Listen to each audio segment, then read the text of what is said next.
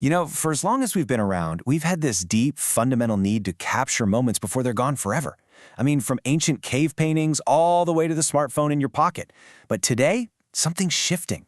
Technology is completely changing what it means to remember.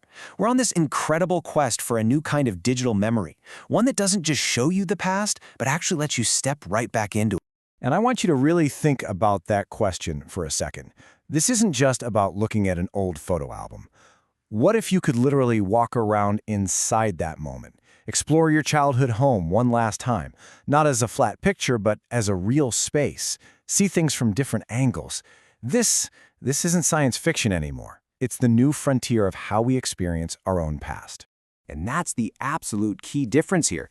A photograph, well, it's a window. It freezes a single moment from one perspective. But a radiance field, that's a whole different ballgame. It's not a window, it's a doorway. It creates a complete navigable 3D scene. You're not just looking at the past, you're stepping into it.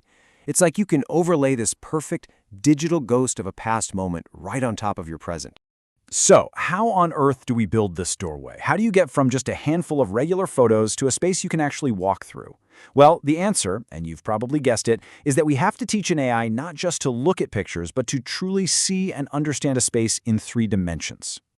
The technology at the heart of all this is called a neural radiance field, or NERF for short. Basically, it's an AI model that you feed a whole bunch of 2D photos. But instead of just stitching them together like a panorama, it learns the entire volume of the scene, the color, the density, and exactly how light bounces off of every single point in that space. That magic 3D fog analogy is just perfect. The AI creates this invisible digital fog, and whenever you look through it from any angle, bam, the scene just materializes perfectly. So the process itself sounds pretty straightforward. First, you just walk around something, a person, a room, a landmark, and snap a bunch of photos from all different angles. The more, the better. Then you feed all those pictures to the AI. This is the training phase, where it painstakingly figures out the 3D properties of everything it's looking at. And finally, after a whole lot of computation, the model can generate any new view you ask for. And this is the mind-blowing part. It can show you angles that were never actually photographed in the first place. It truly learned the space.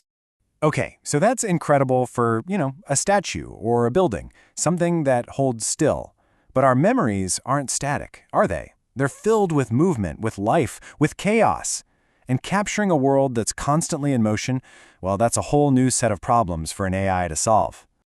Yeah, because reality is messy. People walk in front of each other, cars drive by, things are always moving in and out of view.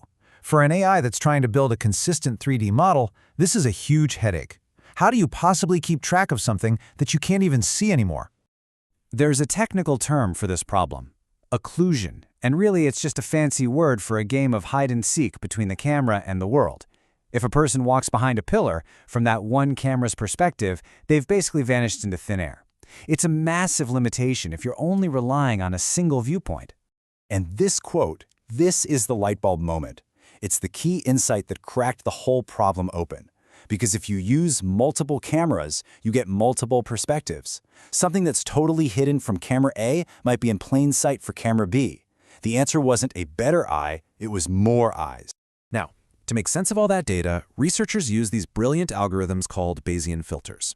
And you can think of them like a team of digital detectives. They take all the clues from every single camera and are constantly updating their best guess. So even if they lose sight of a person behind a bus, the filter uses probability to predict exactly where they're most likely to reappear. It's tracking by pure logic, not just by sight. So once researchers started cracking these fundamental problems, understanding 3D space with NERFs, and then tracking objects through occlusion, the field didn't just move forward, it detonated. That slow, steady progress gave way to what you could only call a Cambrian explosion of new ideas and innovation. Honestly, the pace has just been staggering. Things that were absolute state-of-the-art just a year ago are now considered old news. It feels like every week there's a new paper published that solves another critical piece of the puzzle. It's almost impossible to keep up. Just look at this timeline. NERFs were revolutionary, but they were slow. Then in May 2023, 3D Gaussian splatting comes along, and suddenly we can render these scenes in real time. Just 7 months later, we get human Gaussian splats, or HUGs, which are designed specifically for creating these super lifelike animatable human avatars. By late 2024, the big push is all about making the training process way faster. And then into 2025, you see totally new ideas emerging, things like radiant foam and radiance meshes, which are completely new ways of thinking about how to construct these scenes. It's just an exponential curve of progress. And all this frantic research is really chasing a few key things. They want faster training, so we can create these memories in minutes, not days. They want higher visual fidelity, so they feel indistinguishably real. They're trying to integrate real-world physics, create animatable avatars, and, crucially, shrink those massive file sizes so we can actually store and share these incredible moments. It's all about making the experience better, faster, and more accessible for all of us. Okay, so let's zoom out from all the technical stuff for a second and come back to our original idea. With all this incredible progress happening so fast, what does it actually mean for our human quest to capture memories? It's a really important question to ask, because this tech is evolving so quickly, we kind of have to stop and think about the destination. We've talked a lot about the how, but what about the why? And maybe more importantly, the what's next? You see, the endgame here isn't just about making better photos or videos. We're moving towards creating what are called digital twins, perfect, one-to-one, explorable, and even interactive copies of moments from our lives. A digital twin of a birthday party, of a wedding, or maybe just a quiet afternoon in the park. A complete digital copy of a piece of your past reality. And that brings us to the final thought, and it's a big one. We are right on the verge of being able to preserve the past in a way that feels completely, utterly real. But what are the implications when that boundary, the line between just remembering a moment and literally reliving it, completely dissolves? What happens when our digital memories, these perfect ghosts of the past, start to feel more tangible, more pristine than the messy, imperfect reality we live in now?